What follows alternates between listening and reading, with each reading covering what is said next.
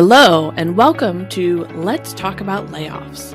I'm Dr. Tracy Schroyer, and in this podcast, we're diving deep into the world of layoffs, exploring not just the challenges they present, but also the alternatives that exist. Through transparency, courage, and empathy, we'll uncover new perspectives and strategies for both individuals and organizations navigating these complex situations. Join me as we engage with experts, share stories, and provide practical insights. Whether you're affected by layoffs, involved in decision-making, or just interested in understanding this critical aspect of the corporate world, there's something here for you. Let's embark on this journey together, rethinking and reshaping the narrative around layoffs.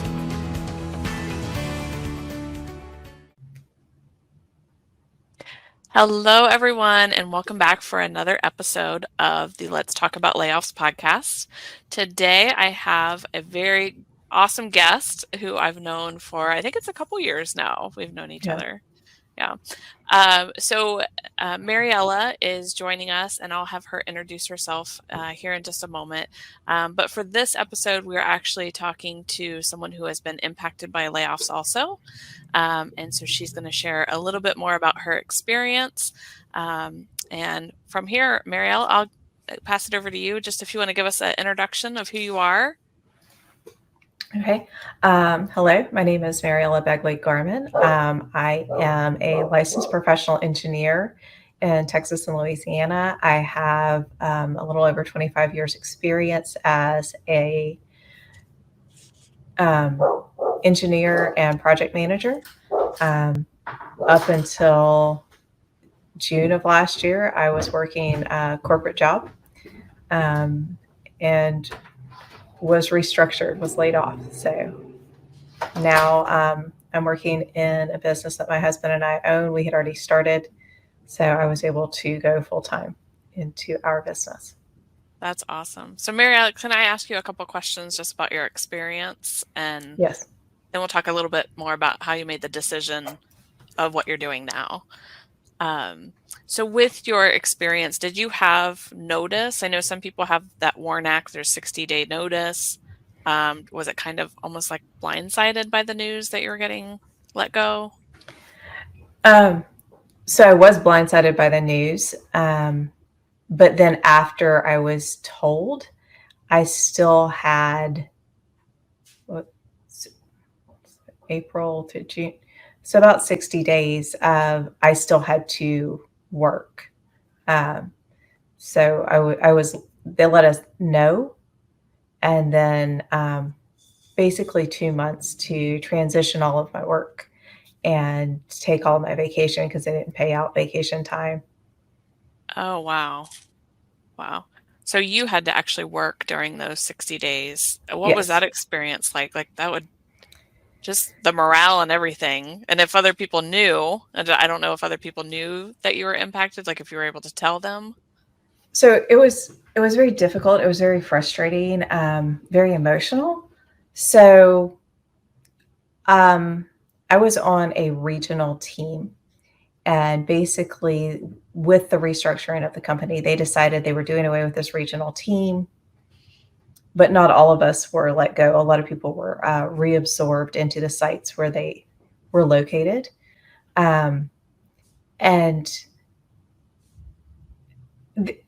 I honestly don't know that there is a really good way to handle layoffs, but there are definitely not good ways to handle them. So what my boss did was he did not tell anyone that I was being let go. He just told everyone that we were redistributing my jobs, the projects that I was working on.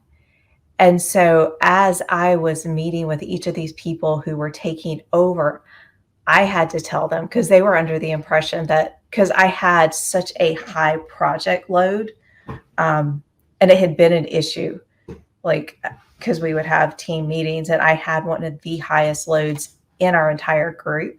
So they just thought, hey, they're finally giving her, some relief and they're moving some of this stuff off of her plate.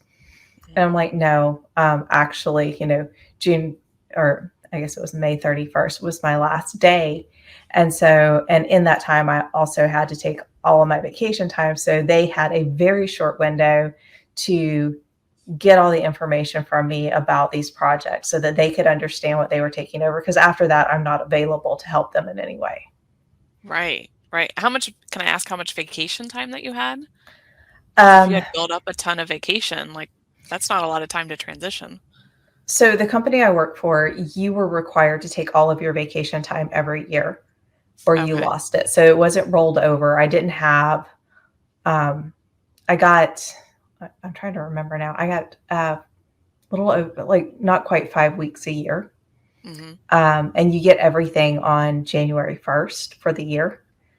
So they left it up to me to prorate it myself to figure out how much I had taken, how much I had not taken, and so what I had left to take, and then to figure out how I was going to take that. Oh my gosh. Wow. So, I know just from my own experience of getting the news about being laid off was a shock, but I think the hardest part was telling other people. So, Hmm. and in your situation of having to tell people that thought this was a positive thing because you were getting work off of your workload, like what was that experience like for you to have to tell them and watch their reactions and It was really, really emotional. It was very difficult because you're put in the position of, like, all of a sudden you've given them some very bad news, even though it's about you. You're now the one, you're the messenger, you're the one delivering it. And so then they feel bad, and you're left in this weird position where you're trying to comfort them about something that's happening to you. yep, yeah, wow. So within those 60 days, like after you got the news that you were being let go, you had these 60 days to transition your work, to take your vacation time. Did you automatically start thinking like, where is my next place that I'm going to work? Or what was that thought process that kind of led you to where you are today? Um, so I will say I did get a severance package. So I knew I had a little bit of cushion to figure it out. But you do, I mean, immediately you're like, okay, what is my next step? I've been working full time my entire adult life. Um, for a lot of that time, I was single. So I was, and in my previous relationship, I was also the breadwinner. So I've always had all the responsibility. Thankfully, that is no longer my situation. But I had all of the responsibility. So the idea of not having an external position had never really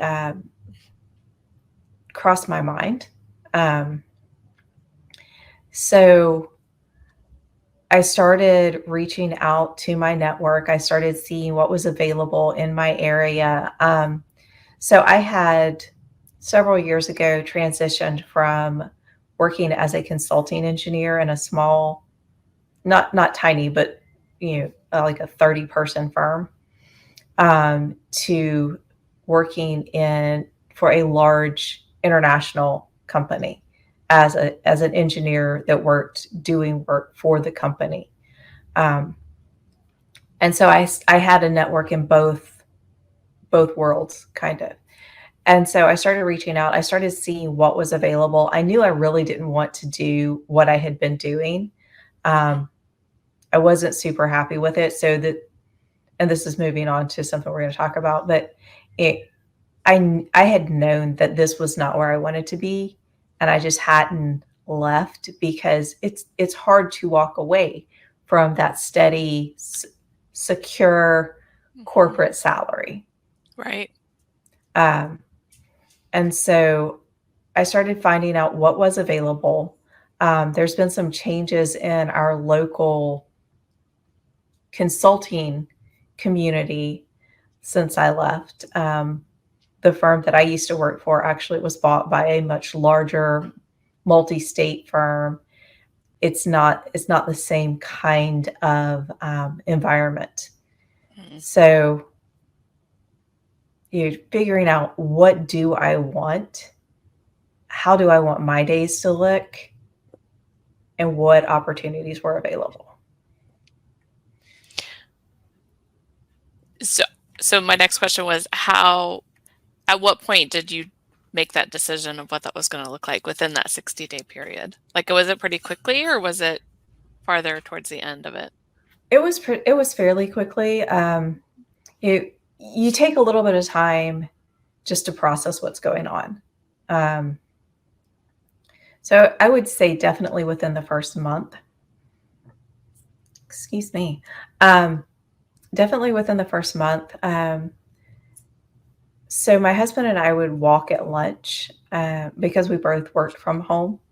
Mm-hmm. And so we were walking around the block talking, and he's like, do you just want to go full time in our business? And it was an immediate yes. Like, I didn't even have to think about it. It was immediate. And I usually, I take a lot of time to weigh the pros and cons and, think everything through. And I didn't. I didn't have to think about it. This is what felt right. Yeah. So after your last day at the company, did you immediately start working, or did you even start before that 60 days was up, or did you take some time to kind of relax and kind of, So I actually started before that time was up because I did have that vacation time that I had to take. Mm-hmm. So probably the last month, I was working some, part-time, learning some of the systems and stuff that were in place for this business, for this job. And then definitely full-time starting June 1st. So how do your days look different now from corporate to where you are today? So in the corporate position, like I said, it was an international company. Half of my team was not US based, so they were on a different time zone. So we would have to work hours that would overlap some. So I would have meetings starting at like 5 a.m. And on a light day, I would have 6. On a heavy day, I'd have 16 meetings in a day. Wow. So it was nonstop. And by the end of the day, I was completely exhausted mentally. So what my days look like now, I am naturally more of a night owl. Mm-hmm. And so instead of trying to force myself to go to bed at 8:30, 9 o'clock, I'm staying up later. I'm sleeping in. So I have an alarm set for 7:15.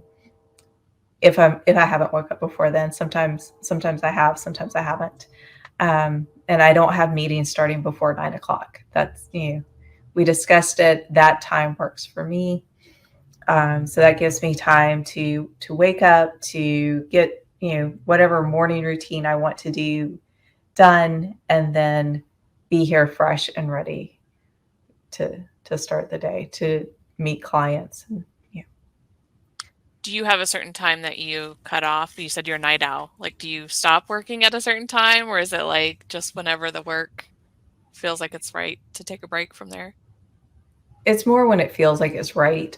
So I tend to get hyper focused mid-afternoon. So I'm Central Time.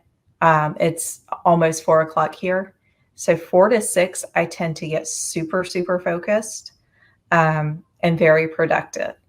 So there are times, depending on what's going on, that I might work until almost 8 o'clock because I want to.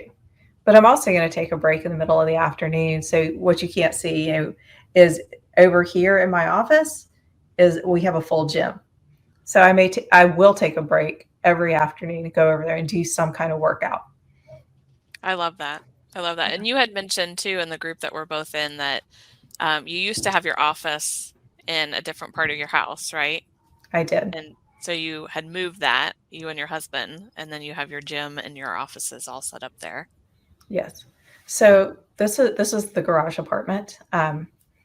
My daughter moved out last January. She had lived here. She bought a house and moved, and so over the past year, we moved the gym over here. Then we moved our offices, which were in the downstairs of our house. We have a Victorian home. It has a lot of nice space, but we were taking up two of the common space rooms downstairs, and Well, so we were despite, able. oh, go ahead. We were able to move the offices over here and reclaim our house. That's what I was going to say. It was probably nice too that when you are done working, you shut the door and that stays there as much as Yes, it can, and you're able to go into your house. Yeah, yes, that was really nice.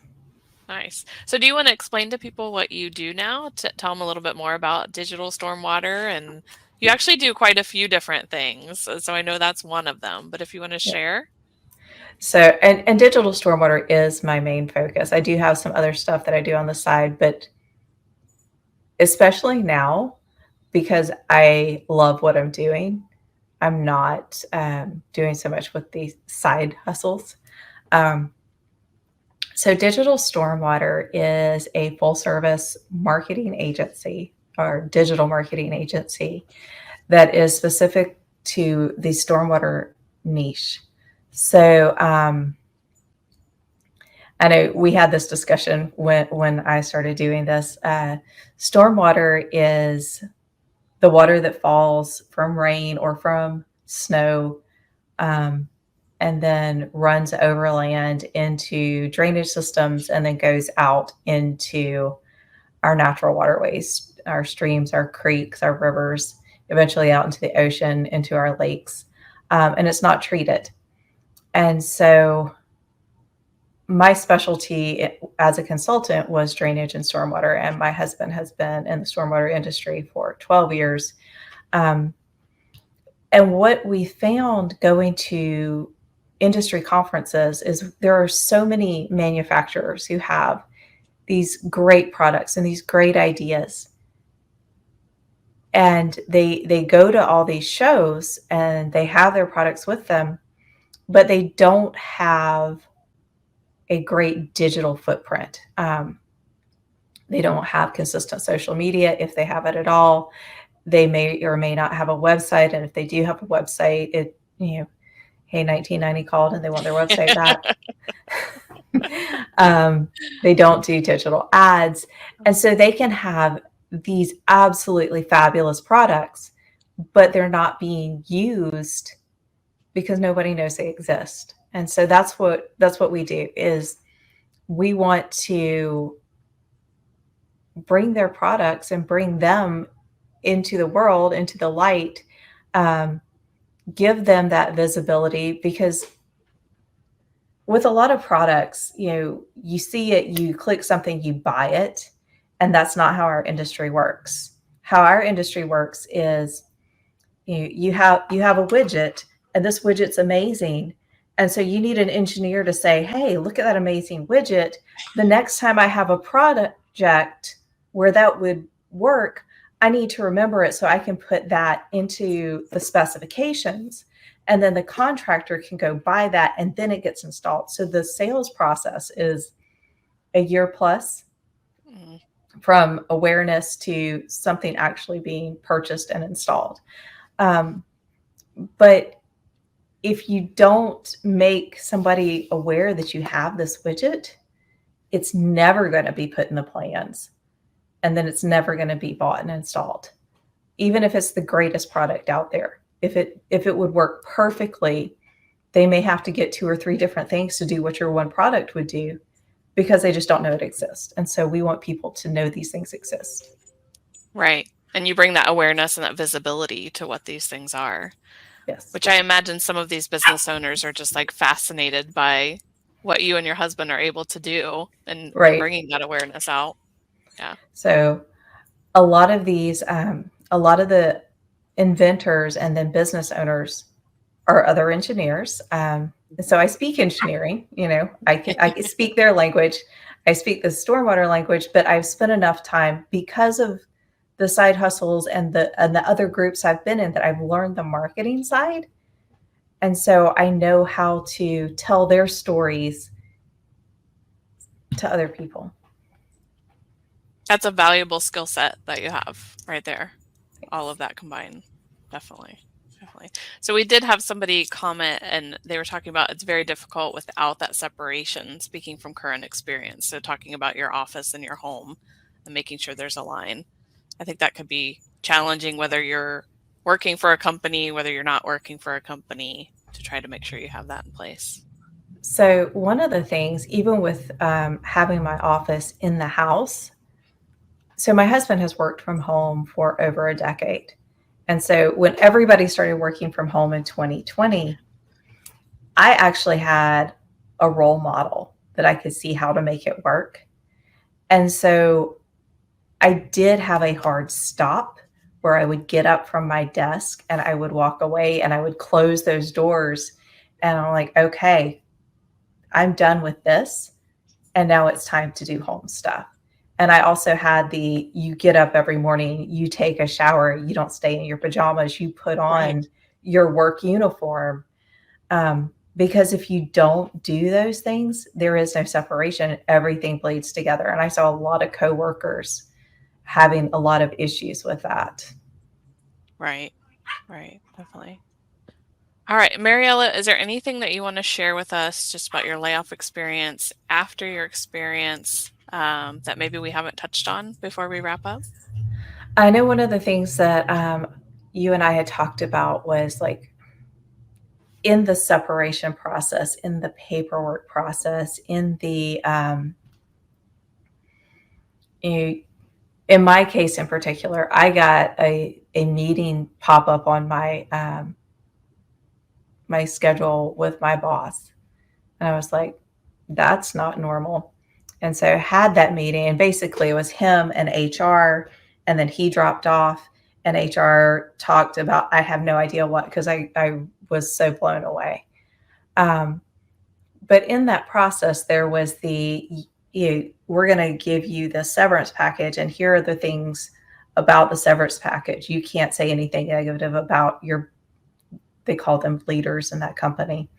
And we can discuss what that word actually means. But, you can't say anything negative about your boss. You can't say anything negative about the company, or you don't get the severance package. Um, and then you get the package, and there's this huge stack of paperwork. I don't know if you have kids and you send your kids back to school every year, you get a pack of stuff about this thick to sign. It was similar to that.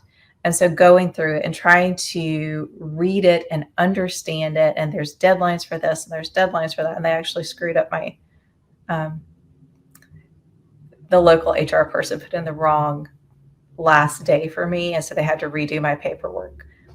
Um, and so just trying to make sure that you understand everything and that you get things submitted in time and back in time, and I knew I was going to get this severance, but thankfully I did have, we were financially secure with savings, and my husband had a job because that severance didn't come through for, I want to say 2 months after my last day. So, and then there's still some of the paperwork, honestly, I'm fighting with because there was other things, and you would submit it and they kick it back, and you resubmit it and kick it back. And I'm like, really, people? Can we just cut this tie? So, Yeah, that is really hard too, because a lot of people don't think about they might think, oh, I'm getting severance, like that's awesome. But like you said, you get this stack of papers, like 30 to 50 pages deep. And it gives you all, like, there was FAQs, like there was all of this legalese. And so trying to understand it. But one thing to point out too is that anyone who gets a severance agreement to look at, don't return it right away. Like, you should have a certain amount of time, and you are able to consult with an attorney Mhm. and leverage that if you need to. Like, I know somebody else had paid like $300 or $400. I had paid like $450 to have an attorney look through it. I got on the phone with her for an hour. We walked through questions that I had. Like, use that to your advantage to be able to really go through this, because these are going to impact the money that you're going to get. Like, if you have to return equipment in a certain time frame, when things will expire, what opportunities you have, all of that. And understanding that HR is there to protect the company, not necessarily to help you. Um, there was something else I was going to say, and I'm trying to remember what it was. Oh, and in that paperwork, understanding, you, do you, are you going to file for unemployment? Are you going to have their COBRA policy for your insurance? Because even when it says you will get it at the employee rate, your employee rate has actually been discounted because the company's paying part of that and they're not going to pay that part. What are your actual options and what are the actual expenses? Um, do you have a 401k? What needs to happen with that? Do you have a pension? What needs to happen with that? I know that's less common, but like the company I was with, we had both 401k and pension. So making sure that you look through it and you ask the questions. And honestly, you don't always get correct answers when you ask questions. So, And the best thing to do is put that in writing wherever possible. I know somebody had mentioned to me that they were told to call like an HR number. And I was like, well, another HR person said to email this email. And it was nice to have it in writing. And then they had to go find the person responsible for whatever the question was and come back. mhm, But the other thing too to be aware of is like when thinking about a 401k and thinking about how things are taxed. And one thing that I had looked at in my own is making sure that you understand the taxes on your severance check. And so mine fell at the end of last year. And so that's going to bump me into a different tax bracket, like depending on who you are, what your, all your income is. And so I was able to know that when I got that, I had to hold back more to be able to mhm. pay for those taxes. So having that awareness and, checking with an accountant about, the specific dollars, checking with somebody about your 401k and the finance piece is really, really important. And if you happen to, this is not something I had, but if you happen to have like a 401k loan or anything like that that's been taken out of your check, Hmm. how is that going to be handled? Are you still going to be able to make payments? How are those going to be processed? Um, I saw lots of friends with different things. What you were talking about with taxes. I had a friend who had been there much longer than I had, who was actually eligible to retire, just hadn't retired yet. So his severance package, because it was based on time of service, was several years worth of salary, but it was given in one lump sum. So he had taxes for that entire thing. Yeah, that's a lot. And I had even looked into like I could move my 401k to a Roth IRA, but I didn't know that you got taxed when you moved it to Yeah. a Roth IRA. So I'm like, oh, I'm not going to do that in the same year that I get my severance because that bumps you even more. Like things I would have never thought of until, having that paperwork, starting to talk to different people and getting different references. So, Yeah. yeah. So we do have somebody in the comments here that said, I wasn't even given severance paperwork, received less than I expected, and was told I should have gotten even less. I didn't even know I was allowed to negotiate. That's a Mm. shame. That breaks my heart to hear that. And some places you're not allowed to negotiate. Some places, like where I was, there's a policy of it's 1 week for every year of service, or one paycheck for every year of service, or something like that.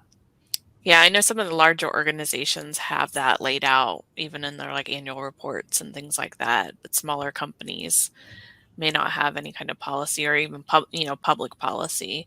There are actually attorneys. So the attorney that I had talked to, there are attorneys that specialize in severance agreements.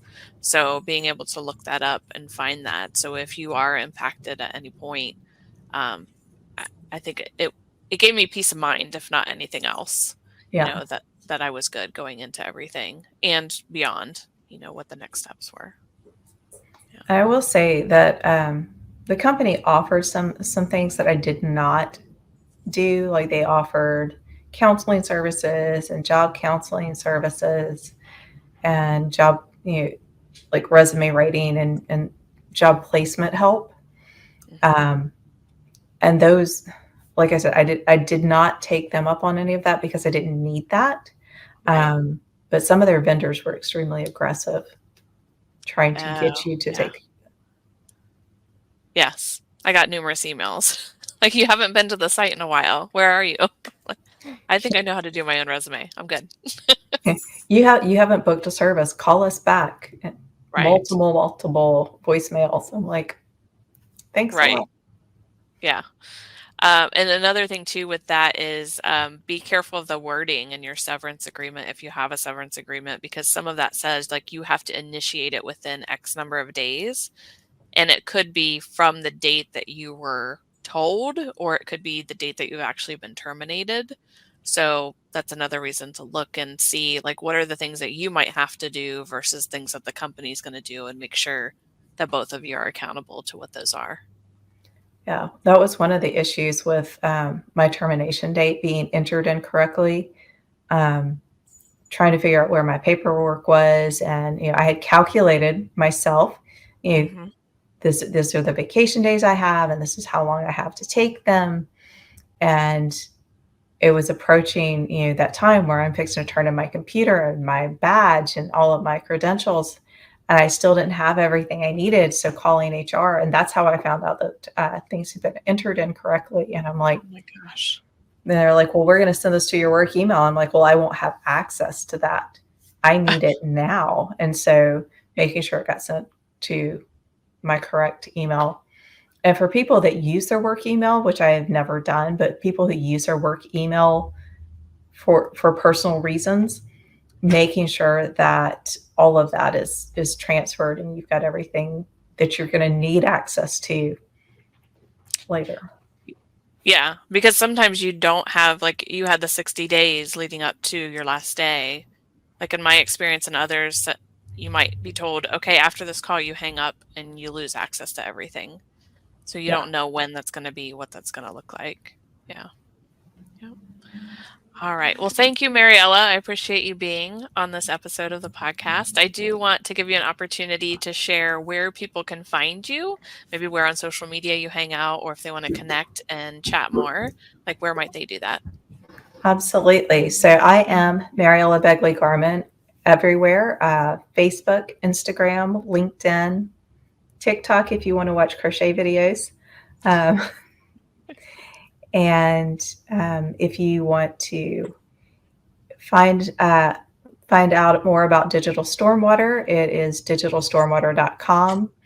And Digital Stormwater does have a podcast. I'm not the host, my husband is. But if you want to learn about stormwater, it's the Stormwater World podcast.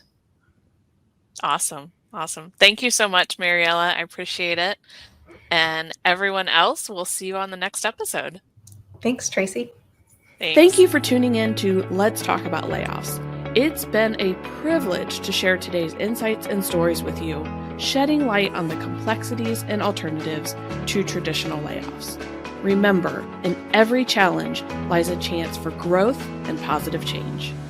I'm Dr. Tracy Schroyer, and your time and engagement with us today means a lot. For further insights and resources, please visit our website at letstalkaboutlayoffs.com. Don't forget to subscribe for the latest episodes. Until next time, keep exploring innovative approaches to the challenge of organizational change and workforce management.